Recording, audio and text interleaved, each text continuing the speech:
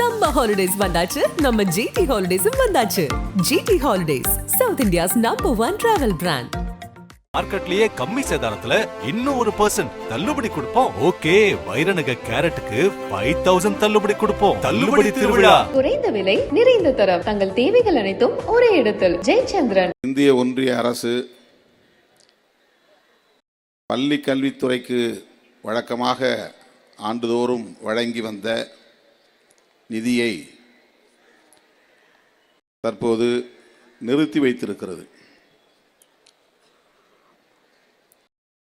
இதனையொட்டி மாண்புமிகு அமைச்சர் அன்பில் மகேஷ் பொய்யாமொழி அவர்கள் அதிகாரிகள் புடைசூழ புதுதில்லிக்கு வந்தார். நாடாளுமன்ற உறுப்பினர்களாகிய நாங்களும் அவரோடு சேர்ந்து கொண்டோம். தர்மேந்திர பிரதான் என்கிற அந்த ஒன்றிய அமைச்சர் அவரை நேரிலே சந்தித்தோம். தேசிய கல்விக் கொள்கையின்படி புதிதாக அறிவிக்கப்பட்டிருக்கிற PM ஸ்ரீ என்கிற பெயரில் உருவாக்கப்பட்டு வருகிற பள்ளிகளை தமிழ்நாட்டில் திறக்க வேண்டும். அதன்படி தமிழ்நாட்டு பிள்ளைகளுக்கு இந்தி கற்றுத்தர வேண்டும். இதற்கு நீங்கள் உடன்பட்டால் மட்டுமே நிறுத்தி வைத்திருக்கிற இந்த நிதியை நாங்கள் விடுவிப்போம் என்று சொன்னார். நம்முடைய அமைச்சர் அன்பில் மகேஷ் அவர்கள் அதற்கு உடன்படாமல் தன்னுடைய எதிர்ப்பை பதிவு செய்துவிட்டு தமிழகத்திற்கு திரும்பிவிட்டார். பல மாதங்கள் உருண்டோடிய நிலையில் அண்மையிலே காசியில் நடைபெற்ற நிகழ்ச்சி ஒன்றில் பங்கேற்ற தர்மேந்திர பிரதான் தமிழ்நாடு அரசை கண்டிக்கிற வகையில் கருத்து சொல்லியிருந்தார். அதை அனைவரும் அறிவோம். உடனடியாக நம்முடைய அமைச்சர் அவர்களும் சரி, மாண்புமிகு முதல்வர் அவர்களும் சரி, அந்த அமைச்சரின் ஆணவத்தை சுட்டிக்காட்டி கண்டித்தார்கள். தமிழ்நாட்டில் உள்ள பெரும்பாலான கட்சிகள், திமுக கூட்டணி கட்சிகள் மட்டுமின்றி அனைவருமே அதை கண்டித்திருக்கிறோம். ஆனால் அவர்கள் இன்னும் பிடிவாதத்தோடு நிதியை தர முடியாது என்று ஆணவத்தோடு சொல்லுகிற நிலையை பார்க்கிறோம். இந்த நிலையில்தான் அண்ணன் தளபதி தமிழக முதல்வர் அவர்களின் ஆணைப்படி இந்த அடையாள ஆர்ப்பாட்டம் இன்றைக்கு தொடங்கி இருக்கிறது. அமைச்சர் அன்பில் மகேஷ் அவர்கள் மீண்டும் ஒரு மொழிப்போரை சந்திக்கும் நிலை ஏற்படும் என்று கூட எச்சரித்திருந்தார். அந்த எச்சரிக்கையை சொல்லுகிற அறப்போர் தான் இங்கே தொடங்கி இருக்கிறது. தமிழ்நாடு மீண்டும் ஒரு மொழி போராட்டத்தை சந்திக்கும் நிலை ஏற்படும் என்று அவர்களை எச்சரிக்கிற ஒரு அறப்போராட்டம் இது. ஏற்கனவே சர்வசிக்ஷ அபியான் என்கிற பெயரில் ஒரு அனைவருக்கும் கல்வி திட்டம் நடைமுறையில் இருந்தது. ஆசிரியர்களுக்கான பயிற்சி திட்டம் நடைமுறையில் இருக்கிறது. இது போன்ற ஒரு 3 கல்வி திட்டங்களை எல்லாம் இணைத்துதான் இப்போது அவர்கள் சமக்ரா சிக்ஷா என்ற பெயரில் கல்வி திட்டத்தை பெயர் மாற்றம் செய்திருக்கிறார்கள். ஒருங்கிணைந்த கல்வி திட்டம்.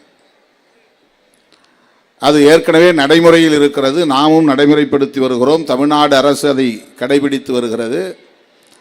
அதற்கு உரிய நிதி வழங்கப்பட வேண்டும். இப்போது அவர்கள் அறிவித்திருப்பது PM ஸ்ரீ என்கிற பள்ளிகள்.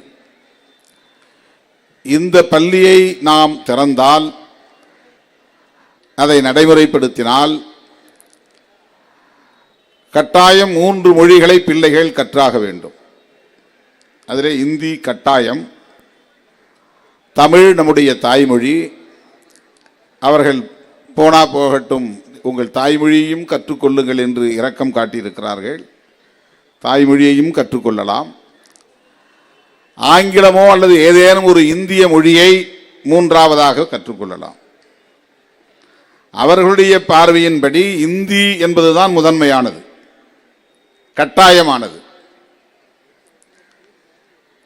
தாய்மொழி அந்தந்த மாநிலத்தை சார்ந்த மக்கள் அவரவர் பேசும் தாய்மொழியை கற்றுக்கொள்ளலாம். அதுவும் கட்டாயம் கிடையாது. விரும்பினால் தாய்மொழியை கற்றுக்கொள்வதோடு இன்னொரு இந்திய மொழியையும் கற்றுக்கொள்ள வேண்டும். இன்னொரு இந்தி மொழி, மலையாளத்தை கற்றுக்கொள்ளலாம், கன்னடத்தை கற்றுக்கொள்ளலாம், தெலுங்கை கற்றுக்கொள்ளலாம். அடிஷனலாக கூடுதலாக ஒரு மொழியை கற்றுக்கொள்ள வேண்டும். இந்த மும்மொழி திட்டத்தை அவர்கள் திணிப்பதற்கு என்ன காரணம் என்றால், இந்தியா முழுவதும் ஒரே மொழியை பேசுகிற ஒரு நிலையை உருவாக்க வேண்டும். ஆங்காங்கே அவரவர் தாய்மொழியை பேசுவதில் எங்களுக்கு எந்த பிரச்சனையும் இல்லை. நீ எந்த தாய்மொழியை பேசினாலும் இந்திதான் இந்தியாவின் தாய்மொழி, அதை பேசியாக வேண்டும், அதை கற்றாக வேண்டும். ஒரே தேசம் ஒரே மொழி, அதுதான் அவருடைய கொள்கை. ஒரே தேசம் ஒரே கலாச்சாரம், ஒரே தேசம் ஒரே மதம், ஒரே தேசம் ஒரே ஆட்சி, ஒரே தேசம் ஒரே கட்சி. இதுதான் அவர்களின் இறுதி இலக்கு. இந்தியா என்பது ஒரு நாடு, அந்த இந்தியா நாட்டுக்குள் ஒரே மதம்தான் இருக்க வேண்டும், அது அவர்களின் இலக்கு. இந்தியா என்பது ஒரே நாடு, அந்த இந்தியாவுக்குள் ஒரே கலாச்சாரம் தான் இருக்க வேண்டும், அது அவர்களுடைய இலக்கு. ஒரே மாதிரி தான் எல்லாம் உடை உடுத்தணும், ஒரே மாதிரி தான் எல்லாம் உணவு எடுத்துக்கொள்ள வேண்டும், ஒரே மாதிரி தான் கலாச்சாரத்தை பின்பற்ற வேண்டும். இந்தியா என்பது ஒரே நாடு, ஒரே மொழிதான் பேச வேண்டும். தமிழ் உன் தாய்மொழியாக இருக்கலாம், ஆனால் நீ இந்தி படிக்கவும் பேசவும் கற்றுக்கொள்ள வேண்டும். தமிழை அவர்கள் பிராந்திய மொழி என்கிறார்கள், இந்தி இந்தியாவின் மொழி என்கிறார்கள். இது எவ்வளவு பெரிய அபத்தம் என்பதை எண்ணி பார்க்க வேண்டும்.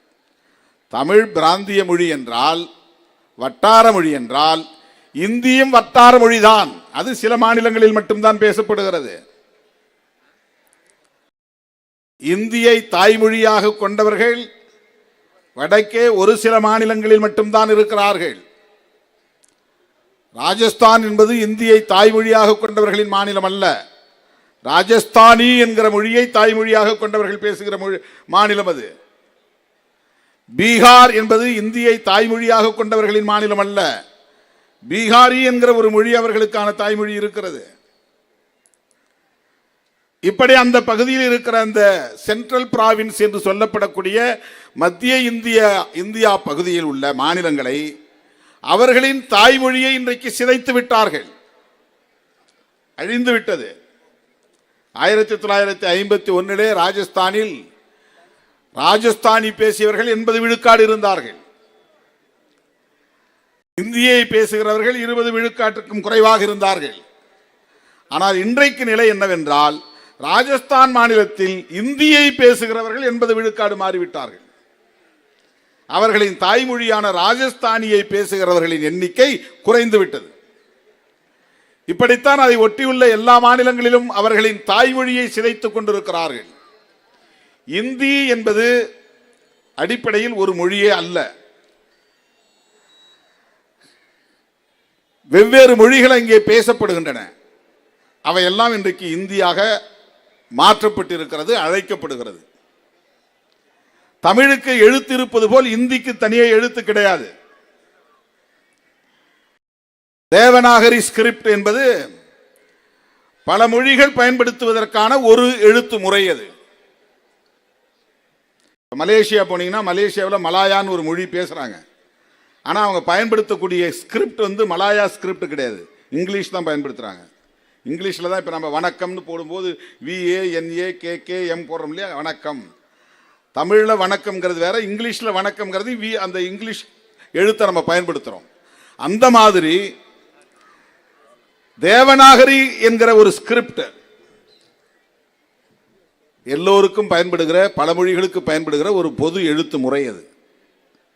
போஜ்பூரி அப்படின்னு ஒரு மொழி இருக்கு, மைதிலி அப்படின்னு ஒரு மொழி இருக்கு, கடுவாலி என்று ஒரு மொழி இருக்கிறது, சாந்தலி என்று ஒரு மொழி இருக்கிறது.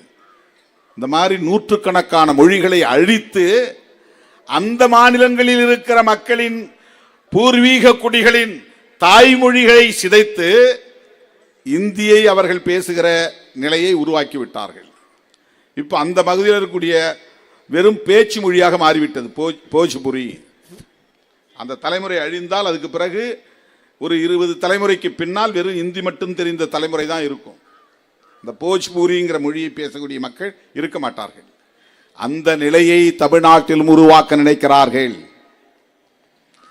தமிழ் என்பது இந்தியாவின் ஒரே மொழியாக இருந்த காலம் ஒன்றுண்டு. இந்தியா முழுவதும் பேசப்பட்ட மொழி தமிழ் மொழி. வட இந்தியாவிலும் தமிழர்கள் வாழ்ந்தார்கள். அவர்கள் அக்காலத்தில் நாகர்கள் என்று அழைக்கப்பட்டார்கள். இனக்கலப்பு ஏற்பட்ட பிறகு மொழி கலப்பு ஏற்பட்டு புதிய புதிய மொழிகள் உருவாயின. அப்படி உருவானதுதான் தெலுங்கு, மலையாளம், கன்னடம் என்பது கூட. சமஸ்கிருதம் கலந்த பிறகு உருவான மொழிகள். இந்தியையும் பிற்காலத்தில் இவர்கள் அழித்துவிட்டு சமஸ்கிருதமே இந்தியாவின் தாய்மொழி என்று ஆக்குவதற்கு முயற்சிப்பார்கள். அதுதான் அவர்களின் அல்டிமேட் எய்ம். இன்றைக்கு நாடாளுமன்றத்தில் தமிழ் பேசுகிறவர்கள் இருப்பதனால் தமிழில் இன்டர்பிரேஷன் சொல்லுவது சரி. மலையாளம் பேசுகிறவர்கள் எம்பிக்களாக இருப்பதனால் சமகாலத்தில் மலையாளத்திலே ஒருவர் பேசுகிற போது பிற மொழிகளில் அது மொழியாக்கம் செய்யப்படும். அதை ஆங்கிலத்திலே இன்டர்பிரேஷன் என்று சொல்வார்கள், டிரான்ஸ்லேஷன் அல்ல. டிரான்ஸ்லேஷனா வார்த்தைக்கு வார்த்தை மொழிபெயர்க்கணும். இன்டர்பிரேஷன்னா யூகத்தின் அடிப்படையில் இதுதான் திருமாவளவன் பேசினாரு தமிழ்ல அப்படின்னு அவன் இந்தியில சொல்லுவான். அதுல சில கண்டென்ட் மட்டும் போகும். அப்படி கம்ப்ளீட் டிரான்ஸ்லேஷன் இருக்காது, முழுமையான மொழிபெயர்ப்பு இருக்காது. நாம சொல்ற நகைச்சுவையெல்லாம் அதுல போகாது. நாம செய்விக்கிற கண்டனம் எல்லாம் அதுல இருக்காது. அவங்க அந்த மாதிரி நகைச்சுவையா பேசினாங்கன்னா நமக்கு தெரியாது இங்கிலீஷ்ல வென்றால் இன்டர்பிரேஷன் பண்ணும்போது. இப்போ சமஸ்கிருதம் பேசக்கூடிய எம்பிக்கள் அங்க யாராவது இருக்கிறாங்களான்னா இல்ல. ஆனால் சமகாலத்தில் சமஸ்கிருதத்தையும் நாங்கள் மொழிபெயர்ப்போம் அப்படின்னு ஒரு இன்டர்பிரேட்டர் போட்டு வச்சிருக்காங்க. பேசுறதுக்கு ஆளே இல்லாத மொழிக்கு புதிதாக ஸ்பீக்கர் அந்த ஓம் பிர்லா ஒரு அறிவிப்பை செய்து அறிவிப்பது கூட்டத்தொடரில் தமிழ்நாட்டிலிருந்து 40 நாடாளுமன்ற உறுப்பினர்கள் போகிறோம். எனவே தமிழில் பேசுவதை கேட்டு ஆங்கிலத்திலே சொல்லுவதற்கு ஒரு இன்டர்பிரேட்டர் தேவை. ஆனால் சமஸ்கிருதத்திற்கு எதற்கு இன்டர்பிரேட்டர்? அதை மொழியாக்கம் செய்து சொல்வதற்கு எதற்கு ஆள்? இதுதான் பாரதிய ஜனதாவின் அரசியல். புரிந்து கொள்ள வேண்டும். அவர்கள் சமஸ்கிருதத்தை ஏன் உயர்த்தி பிடிக்கிறார்கள் என்றால், அமித்ஷாவின் தாய்மொழி சமஸ்கிருதம் இல்லை, மோடியின் தாய்மொழி சமஸ்கிருதம் இல்லை. மோடியும் அமித்ஷாவும் சமஸ்கிருதத்தை தாய்மொழியாக கொண்ட பார்ப்பனர்களுக்கான எடுபிடிகள், வேலையாட்கள், சேவையாட்கள். அவர்களுக்காகத்தான் அவர்கள் அரசியல் செய்கிறார்கள், அவர்களுக்காகத்தான் அவர்கள் ஆட்சியில் இருக்கிறார்கள்,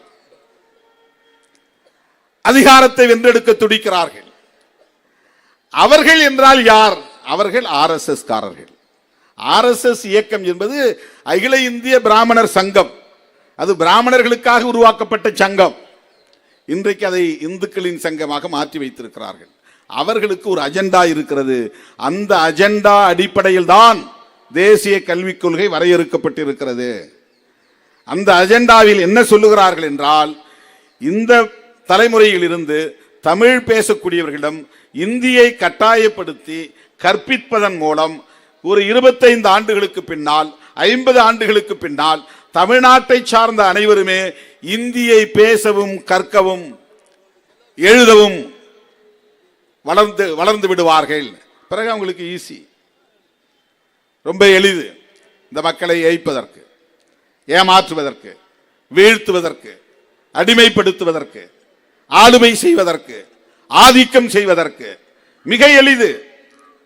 1965 இந்திய எதிர்ப்பு போராட்டம் நடக்காமல் இருந்திருந்தால் நாம் எல்லோரும் இந்தி பேசக்கூடியவர்களாக மாறி இருப்போம். நாம் எல்லோரும் இந்தி தெரிந்து பேசக்கூடியவர்களாக ஆகியிருந்தால் மோடி வித்தை இங்கே எடுபட்டிருக்கும். தமிழ்நாட்டிலும் அவர்கள் எளிதாக காலூன்றி இருப்பார்கள். தமிழ்நாட்டிலே இன்றைக்கும் மோடி வித்தை எடுபடாமல் இருப்பதற்கு காரணம் 1965 நடைபெற்ற இந்திய எதிர்ப்பு போராட்டம் தான். அந்த போராட்டத்திலே உயிர் துறந்த மொழி போராளிகளின் தியாகம் தான் காரணம். இங்க வந்து 1-2 எழுத்த டெலிபிராம்டர்ல பார்த்து தமிழை படிக்கிறார். அவர் இந்தியில எழுதி கொடுக்கறாங்க, அது டெலிபிராம்டர்ல ஓடுது, அதை பார்த்து அவர் படிக்கிறார். பாரதியார் பாடல், திருக்குறள், இதெல்லாம் நம்மளை ஏய்க்கிறதுக்காக. அவர் வணக்கம் சொல்லிட்டா நாம ஏமாந்து உடனே ஓட்டு போட்டுருவோமா? அவர் திருக்குறளை படிச்சார்னா நம்முடைய மக்கள் ஏமாந்து உடனே அவருக்கு ஓட்டு போட்டுருவாங்களாம். எவ்வளவு மாய்மால வித்தைகளை இந்த மக்களிடத்திலே காட்டிக் கொண்டிருக்கிறார்கள். திராவிட இயக்கங்களும் திராவிட முன்னேற்ற கழகத்தின் தலைமையிலான கூட்டணி கட்சிகளும் இருக்கிற வரையில் அவர்களின் ஜம்பம் இங்கே பலிக்காது, அவர்களின் மாய்மால வித்தைகள் எடுபடாது என்பதை தெரிவித்துக் கொள்ள கடமைப்பட்டிருக்கிறோம். அண்ணாமலை சொல்றார், அறிவாலயத்தில் வந்து செங்கல் தான் உருவ போறாராம். அந்த வரலாறு அவருக்கு தெரியாது. அப்பெல்லாம் அவர் சின்ன பிள்ளையா இருந்திருப்பார். அறிவாலயம் உருவான வரலாறு அவருக்கு தெரியாது. பேச நேரம் இல்லை, நிறைய தலைவர்கள் இருக்கிறார்கள். நீங்கள் என்ன பகிரத முயற்சி எடுத்தாலும் தமிழ்நாட்டில் உங்களால் காலூன்ற முடியாது, வேரூன்ற முடியாது. உங்கள் வாளை ஒட்ட நறுக்குவோம் என்பதை தெரிவித்துக் கொள்ள கடமைப்பட்டிருக்கிறோம். நீங்க எவ்வளவு பேரை ஏவி விட்டாலும், பெரியாருக்கு எதிரான அரசியலை பேசினாலும் இந்த மண்ணில் உங்கள் அரசியல் ஒருபோதும் எடுபடாது. பெரியார் காலத்திலிருந்து இந்த முயற்சி நடக்கிறது, பெரியாரை வீழ்த்துகிற முயற்சி. ஆனால் அது இங்கே எடுபடாது என்பதை தமிழ்நாட்டு மக்கள் உணர்த்தி கொண்டே இருக்கிறார்கள். ஈரோடு கிழக்கு சட்டமன்ற தொகுதி தேர்தல் முடிவும் அதை உணர்த்தி இருக்கிறது. இப்போ இந்தியா டுடே சர்வே சொல்லுகிறது, திமுக கூட்டணிக்கு கூடுதலாக 5% வாக்குகள் அதிகரித்திருக்கிறது. 3.5 ஆண்டுகால ஆட்சிக்கு மக்கள் அளித்திருக்கிற நற்சான்று இந்த ரிசல்ட்.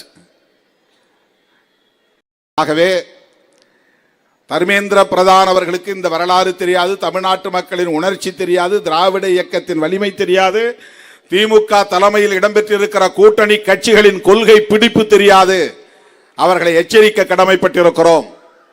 இந்தியை இங்கே திணிக்கலாம் என்று கனவு காணாதீர்கள். உங்கள் கனவு ஒருபோதும் நனவாகாது என்பதை எடுத்து சொல்லி, PM ஸ்ரீ என்கிற பள்ளியை ஒருபோதும் திறக்க மாட்டோம், அடித்து சொல்லுகிறோம்.